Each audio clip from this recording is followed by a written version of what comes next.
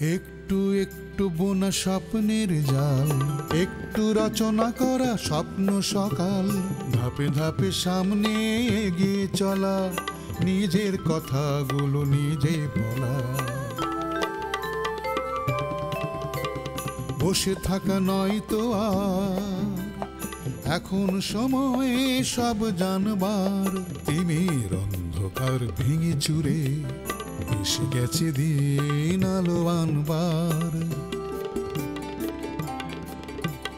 সূর্যের হাতছানি ওই কেন তবে আবদ্ধ রই, কালো আধার কেটে আকাশ জুড়ে দেখো বসেছে প্রাণের মেলা, ভোরের আকাশে ওই করছে খেলা,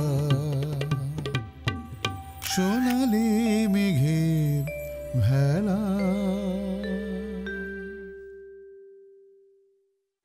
আমি তো ফ্রি আছি, আমার তো শুটিং শেষ, তুই চলে। কিন্তু ওরা যদি আমাকে পছন্দ না করে লজ্জায় পড়ে যাবো। কিন্তু ডাক্তার না তোমাকে বললো সিমেন অ্যানালাইসিস করতে? আরে ডাক্তার বললেই হবে নাকি? আমার কোনো সমস্যা নেই, আমি শুধু শুধু কেন সিমেন অ্যানালাইসিস করতে যাবো? তুমি মানে তোমার শাশুড়িকে সঙ্গে নিয়ে যাও। আমি সাথে যাব? আমাকে সামলাতে তো একজন লাগবে। অসুবিধা নেই, আমি একাই পারবো। তুমি ওকে আটকাতে পারলে না? কেন আমি আটকাবো কেন? ওকে ছোট মানুষ নাকি? ছোট মানুষ হবে কেন? কিন্তু কোথায় যাবে, একা একা কি করবে? চিৎকার করিস না তো, ও একা যায়নি, সঙ্গে অনন্যা গেছে। আপনি হাসলেন যে? না, বললেন একেবারে নিচে নেমে গিয়েছিলাম কিনা, ভাবছিলাম কতটা নিচে নেমেছিলাম।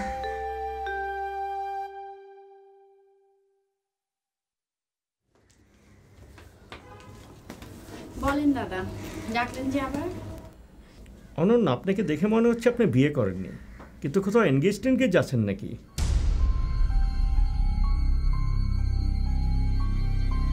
হঠাৎ এই প্রশ্ন? তাহলে সরাসরি বলি, আমার এক ঘনিষ্ঠ বন্ধু তার ছোট ভাইকে বিয়ে করাবে, আর পাত্রী নির্বাচনের গুরু দায়িত্বটা সে আমার কাঁধের উপর চাপিয়েছে। ছেলেটা আমেরিকায় থাকে, দেশে এসছে, বিয়ে করে চলে যাবে। আপনাকে দেখে মনে হলো প্রস্তাবটা আপনাকে দেওয়া যায়। আপনি সম্মতি দিলে আমরা আপনার গার্জেনের সাথে কথা বলবো। সরি, আমি আসলে এখন বিয়ে করবো না। আপনাকে ব্যাপারটা কিভাবে বলি, আমার কোনো অ্যাফেয়ার নেই, কিন্তু অ্যাম্বিশন আছে। কীরকম? আমার ইচ্ছা আমি নিজের পায়ে দাঁড়াবো, নিজের একটা অবস্থান তৈরি করব, তার আগে বিয়ে করবো না। দাদা, মেয়েরা অন্যের কাঁধে বোঝা হয়ে থাকতে চায় না। তাছাড়া মেয়েরা চায় তার নিজস্ব একটা আইডেন্টিটি হোক। ও ভেরি গুড। অবশ্যই মেয়েদের নিজেদের আইডেন্টিটি তৈরি করার সময় চলে এসছে, বাট আপনি কিন্তু বিয়ের পরও তা করতে পারেন। আমার বন্ধুর ভাইটিও কিন্তু আপনার মতো আধুনিক চিন্তাভাবনার মানুষ, সেও কিন্তু নিজের পায়ে না দাঁড়িয়ে বিয়ে করতে চায়নি। আমিও তাই করতে চাই, নিজের পায়ে না দাঁড়িয়ে বিয়ে করবো না। ওকে, আদারওয়াইজ নিয়েন না প্লিজ। না না, আমি কিছু মনে করিনি দাদা। আমার মনে হলো আপনার সাথে সরাসরি কথা বলি, তাই বললাম।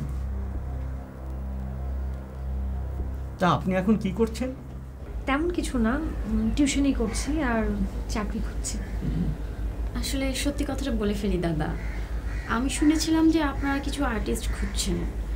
তো অনন্যা কলেজে অভিনয় আবৃত্তি করতো, ভালোই করতো। আমি ভেবেছিলাম যে আপনি ওকে দেখে হয়তো বা নাটকের জন্য প্রস্তাব দিবেন, কিন্তু আপনি যে এভাবে প্রস্তাব দিয়ে বসবেন, এই ভাবনাটা আমার মাথায় একবারও আসেনি। অনন্যা, আপনি অভিনয় করতে চান? বারে না করতে চাইলে আসবে কেন? ঠিক আছে, আগে ভালো করে ভাবুন, তারপর বলুন। কাজটা যত সহজ মনে করছেন, কাজটা কিন্তু তত সহজ না। মিডিয়া অনেক কঠিন জগৎ। কিরকম? মিডিয়ার কাজ যেমন পরিশ্রমের, তেমনি ধৈর্যের। তাছাড়া মাঝরাত পর্যন্ত কাজ করতে হয়। আর সবসময় যে ঢাকার মধ্যেই শুটিং হবে তা তো নয়। যখন যেখানে শুটিং হবে সেখানে যেতে হবে, আর দরকার পড়লে রাতে থাকতে হবে। এরপর এ লাইনে যেমন ভালো লোক আছে, তেমনি মন্দ লোকও আছে। সব কিছুর সাথে অ্যাডজাস্ট করে কাজ করতে হয়। এবার বলুন, পারবেন তো? ট্রান্সপোর্ট ফ্যাসিলিটিস কি দেওয়া হবে? অবশ্যই। শুটিং ইউনিটে ট্রান্সপোর্ট ফ্যাসিলিটি সবসময় থাকে, রাত হলে তো বটেই। অবশ্য আপনি ইন্ডিভিজুয়াল ট্রান্সপোর্ট পাবেন না, ইউনিটের সাথে শেয়ার করতে হবে। এবার বলেন।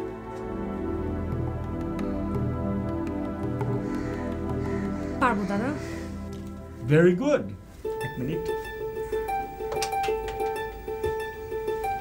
আশিক, তুমি একটু আসতে পারবে? এসো। দেখা যাক কি করা যায়। আমরা একটা 1 ঘন্টা নাটক নামাচ্ছি,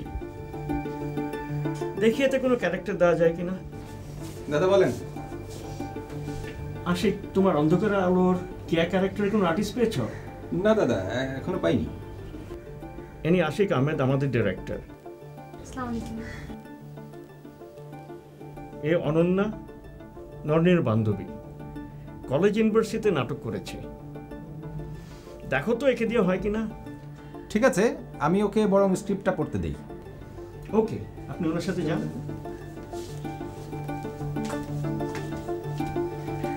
থ্যাংকস দাদা। No problem.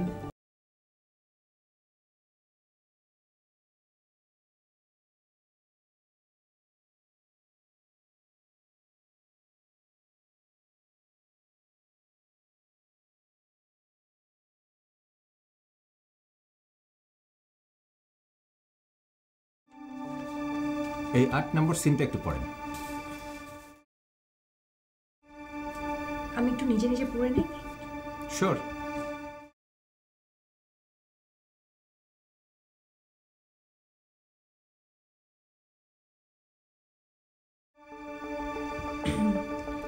পড়ি। শিওর। কষ্টের কথা বলছো, ওটা তোমার কল্পিত। অবশ্য কল্পনা বিলাস করা তোমার মতো মানুষের জন্য স্বাভাবিক। জাস্ট রিডিং হচ্ছে, আর একটু ক্ল্যারিটি দিয়ে পড়েন, অ্যাক্টিং করে। কে স্ট্রাগল করে শত বাধা ডিঙিয়ে সামনে এগিয়ে যাওয়া একটি মেয়ে, আর তার প্রেমিক চঞ্চল কোটিপতি বাবার একমাত্র আদরের সন্তান। ক্যারেক্টারের সামাজিক অবস্থানটা একটু বোঝার চেষ্টা করেন, সেই মতো ডেলিভারি দেন। আচ্ছা, কষ্টের কথা বলছো, ওটা তোমার কল্পিত। অবশ্য কল্পনা বিলাস করা তোমার মতো মানুষের জন্য স্বাভাবিক। যাদের বসবাস সুখের স্বর্গে, সামান্য মশার কামড়ও তাদের মনে পাহাড় সমান কষ্টের উদ্রেক করে। অথচ একবার আমার কথা ভাবো, কিভাবে নিজেকে বয়ে নিয়ে যাচ্ছি। ঠিক আছে, আমার একটু তাড়া আছে। আপনি এক কাজ করেন, এটা বাড়িতে নিয়ে যান, ভালো করে প্র্যাকটিস করে কাল আবার আসবেন। ক্যারেক্টারগুলো ভালো করে স্টাডি করবেন। কাল কয়টায়? বিকেলে আসেন, 5টায়। 5টায়? 4টায় টিউশন শেষ। ওকে, থ্যাঙ্কস।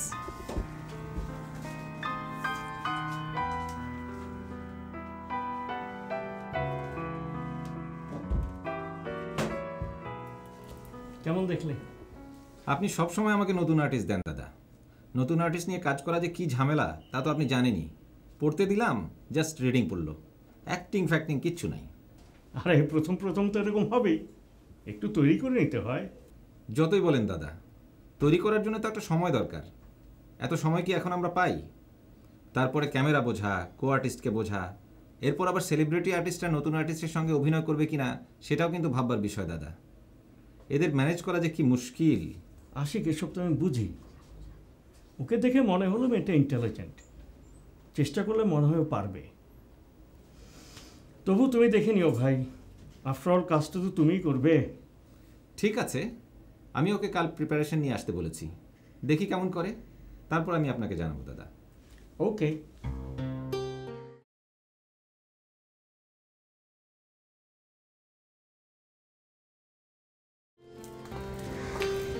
আশিক ভাই কি বললেন? একটা পৃষ্ঠা দিলেন পড়ার জন্য, পড়লাম, খুব একটা ভালো হয়নি, বেশ বিরক্ত হলেন। না করে দিয়েছেন? না, তা করেননি, বললো পৃষ্ঠাটার সাথে নিয়ে যেতে, কালকে ভালো করে পড়ে আবার আসতে। ও, তাহলে তো হতাশার কিচ্ছু নেই। কালকে ভালো মতো প্র্যাকটিস করবি, প্র্যাকটিস করে চলে আসবি। এই, কালকে কিন্তু আমার শুটিং আছে, আমি আসতে পারবো না। তুই আসতে পারবি তো? পড়ে দেখি, যদি মনে হয় ভালো হচ্ছে তাহলে আসবো, নাইলে আসবো না। চল, তোকে বাসায় নামিয়ে দিই।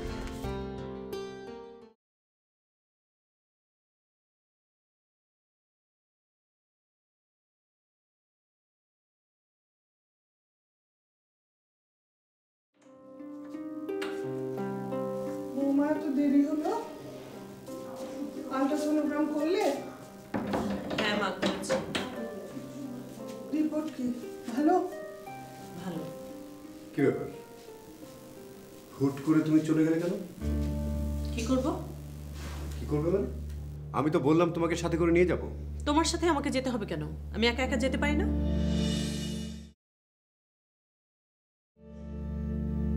রিপোর্ট দিয়েছেন? দিয়েছে। কি রিপোর্ট? কথা বলছো না কেন? কি রিপোর্ট? ভালো। চলো ঘরে চলো।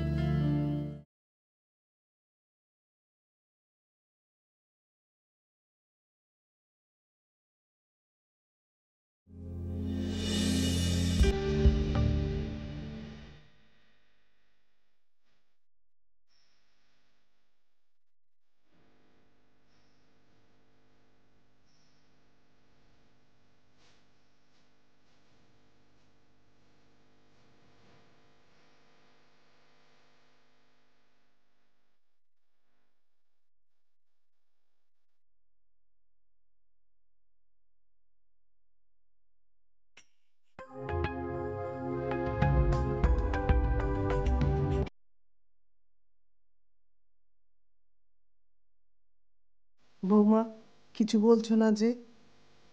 খারাপ কিছু না তো? না মা, খারাপ হবে কেন? না, মনে হচ্ছে বলতে চাচ্ছ না।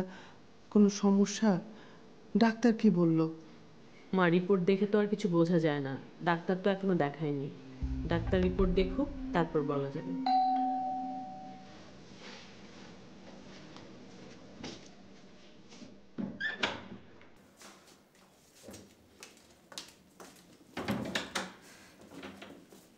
নরেনের সাথে দেখা হলো? হ্যাঁ,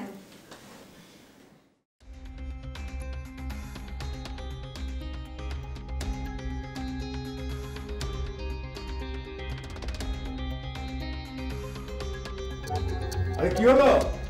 কথা কেন যায় না? আসছো না কেন? একটা কথা কি শোনে,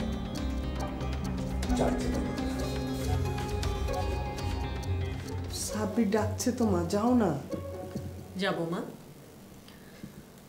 নরিন কি তোমার সাথে কথা টথা বলে? কেন বলবে না ভাবি, আমার কলেজের ফ্রেন্ড না। না, ও তো এখনো স্টার হয়ে গেছে। স্টার হয়ে গেলে তো আর মানুষ পুরনো বন্ধু বান্ধব মনে রাখে না। ও একদম সেরকম না। ও তো এখন অনেক নাটক করছে। তা করছে। ভাবি, তুমি রিপোর্টটা দেখাবে না ডাক্তারকে? দেখানো দরকার। হ্যাঁ বৌমা, তুমি কালকেই সাব্বিরকে বলে ডাক্তারকে দেখাও। কতদিন একটা সুখবরের জন্য অপেক্ষায় আছি। যাও বৌমা, তাড়াতাড়ি যাও।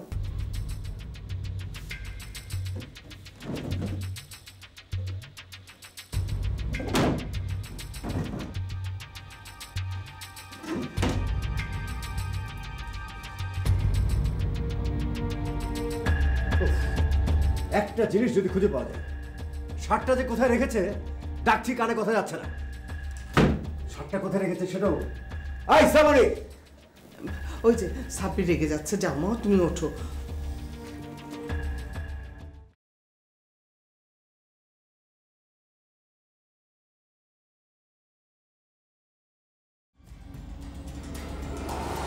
কতক্ষণ থেকে ডাকছি, আসছো না কেন? বলো কি বলবো? কতবার করে বললাম রিপোর্ট কি, কিছুই তো বলছো না। দেখি রিপোর্ট দেখো। দেখো, তার আগে বলো যে তুমি টেস্ট করতে যাবে।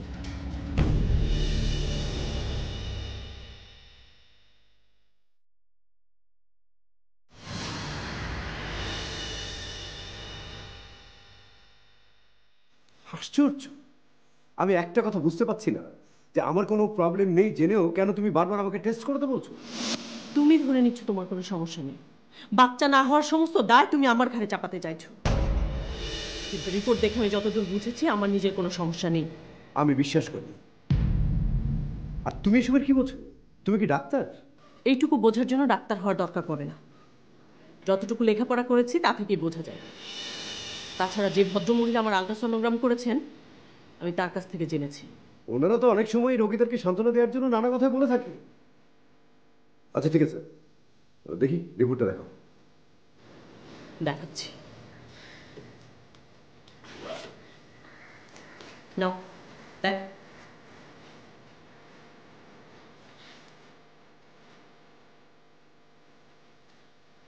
তুমি এই ডায়াগনস্টিক সেন্টার রেখেছো কেন? কেন? ডাক্তারই তো বলেছে এখান থেকে করাতে। ডাক্তাররা তো বলবেই, কারণ তারা কমিশন পায়। এই সমস্ত ডায়াগনস্টিক সেন্টারের কোনো ভিত্তি আছে? আজকাল ব্যাঙের ছাতার মতো যত্রতত্র এই ডায়াগনস্টিক সেন্টারগুলো গজিয়ে উঠেছে। ভালো এক্সপার্ট নাই, মেশিনপত্র সব পুরনো, এদের রিপোর্টের কোনো ঠিক ঠিকানা আছে? তুমি ঢাকার 10টা ডায়াগনস্টিক সেন্টারে টেস্ট করো, দেখবে 10 রকম রিপোর্ট আসবে। আচ্ছা তুমি কি বলতে চাচ্ছ বলো তো? আমি বলতে চাচ্ছি, ভালো কোনো ডায়াগনস্টিক সেন্টারে গিয়ে তোমাকে টেস্ট করাতে হবে। চিন্তা করো না, আমি তোমাকে সঙ্গে করে নিয়ে যাবো। ঠিক আছে, মানলাম তোমার কোনো সমস্যা নেই, সব সমস্যা আমার। আমি আরও 10টা ডায়াগনস্টিক সেন্টার আলট্রাসোনোগ্রাম করাবো, কিন্তু তুমি অন্তত একবার টেস্ট করাও প্লিজ। চলো কালকে যাই। অসম্ভব। হ্যাঁ অসম্ভব তো হবে, কারণ তুমি খুব ভালো করে জানো বাচ্চা না হওয়ার সমস্যাটা আসলে কার, এবং সেই দায়টা তুমি আমার ঘাড়ে চাপাতে চাইছো। তুমি নিজে বাবা হতে অক্ষম।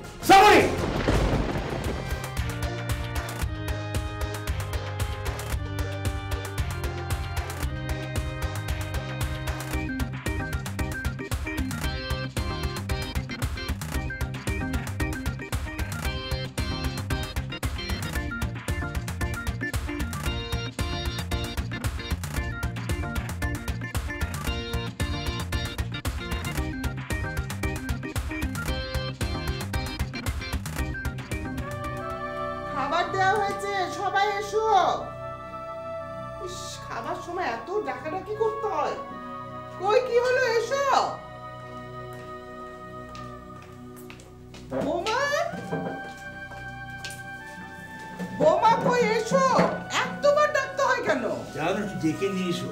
কে ডেকে আনবো? কতবার ডাকলাম, খাবার সময় এতবার ডাকতে হয় কেন? ঠিক আছে, আমি ডেকে নিয়ে আসছি।